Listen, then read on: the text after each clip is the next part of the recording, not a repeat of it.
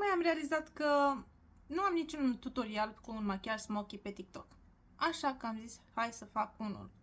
Și dacă vreți să vedeți și un smoky eyes mai soft, adică în loc de negru o să folosesc maroniu, cu toate că sunt aceiași pași, dar poate vă ajută să și vedeți, scrieți-mi în comentarii. Acum hai să ne apucăm de treabă. Apropo, el este Coco și este un mic noob. Am început prin a aplica o bază nude pentru farduri. Baza ajută fardul să se lipească cât mai bine pe piele. Am luat apoi un creion negru gel pentru că vreau să am o intensitate foarte mare a acestui negru, pe care am aplicat-o pe toată ploapa mobilă.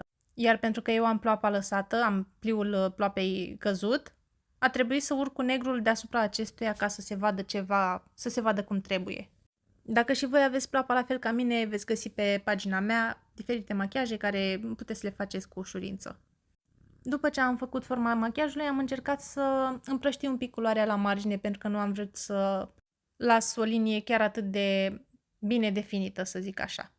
De câte ori fac un smoky negru, folosesc paleta asta de la Milani, pentru că are cel mai intens negru.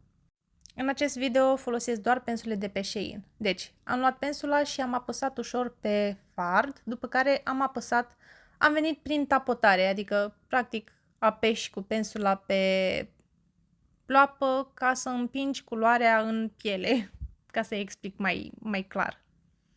Și cu ce mi-a rămas pe pensul am blenduit ușor peste marginea aceea, după care am început să acopăr marginea cu totul.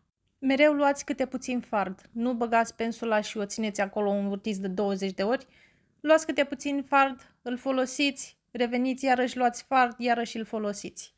După cum vedeți, eu întorc pensula pe toate părțile ca să folosesc tot fardul care este prins în acei peri. Dar încercați să nu urcați foarte mult cu negrul, pentru că nu vreți să aveți negru până la sprânceană.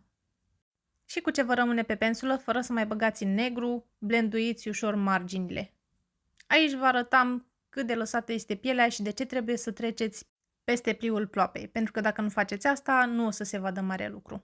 Atunci când vreți să faceți un smoky eyes sau orice machiaj în general care necesită blending, trebuie să aveți foarte mare răbdare și să nu vă grăbiți. Încercați să nu puneți foarte multă presiune pe pensulă, doar treceți ușor. Presiunea pe pensulă se pune doar atunci când vrei ca intensitatea machiajului tău să fie foarte mare într-un anumit loc, cum ar fi în colțul extern al ochiului.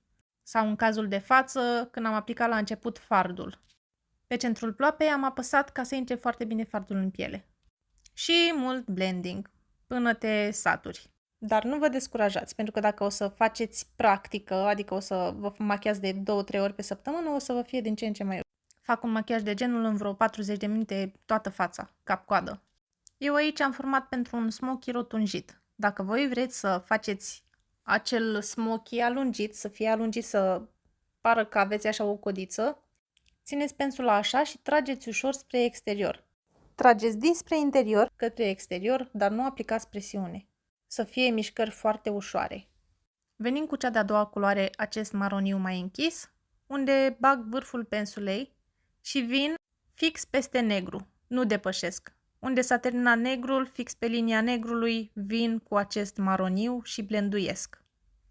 La fel, luați câte puțin fard, nu îmbibați pensula cu fard, luați câte puțin și lucrați. Nu mergeți de la cap la coadă. Lucrați în porțiuni micuțe de câte 1 cm sau chiar jumătate de centimetru.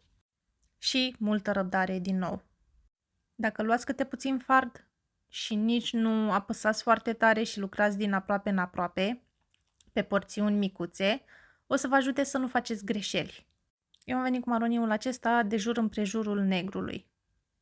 Și după cum vedeți, nu am urcat mai mult decât acel negru. Am venit fix deasupra lui.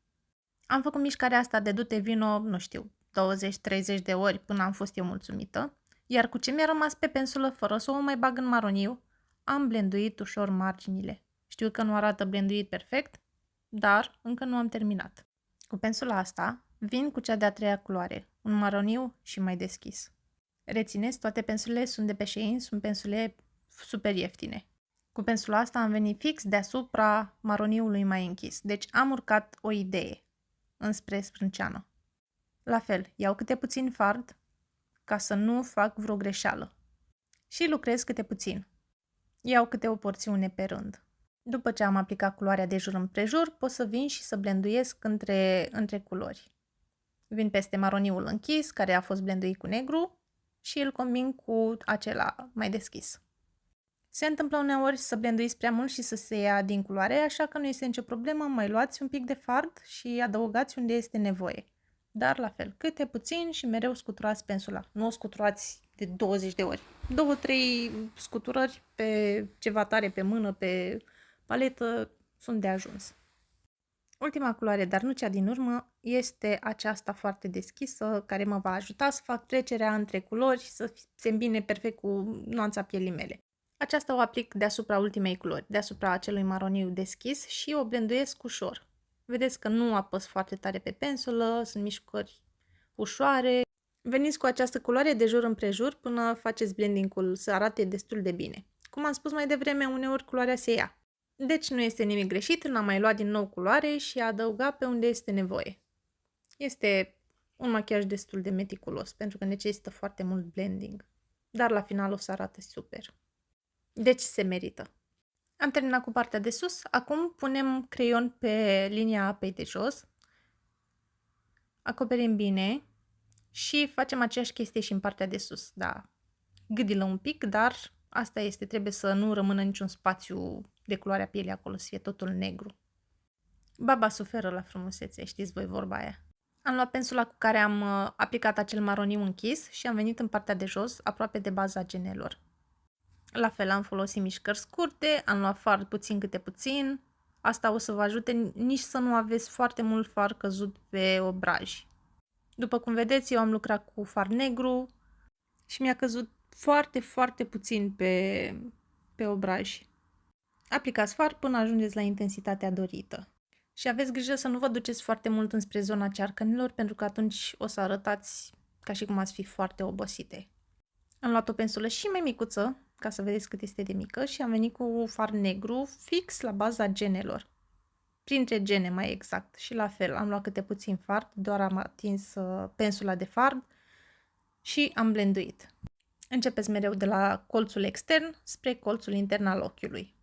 De asemenea, aveți grijă să adăugați negru și în colțul extern al ochiului. Să nu uitați de părticica aia, care este foarte importantă. Am venit apoi cu cea mai deschisă culoare și am blenduit fix sub acel maroniu.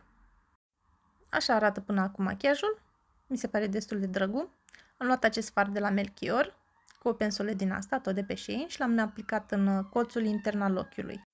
Dacă aveți ochii depărtați, recomand să trasați și o liniuță mică de tuș acolo, să faceți acel V, pentru că dacă lăsați doar așa iluminator, o să vă depărteze ochii și mai mult. Dacă aveți ochii foarte apropiați, puteți să vă duceți un pic spre interiorul ochiului cu iluminatorul. L-am aplicat și sub sprânceană și am și blenduit un pic iluminatorul cu acel maroniu, ca să se îmbine super culorile. Am luat niște pudră pe o pensulă mai pufoasă, am încărcat-o bine și apoi, practic, am măturat ce mi-a căzut pe obraj. Vedeți? Nu mai este nimic. S-a dus tot. Și asta este tot. Mulțumesc pentru vizualizare. Vă pup! Zi faină!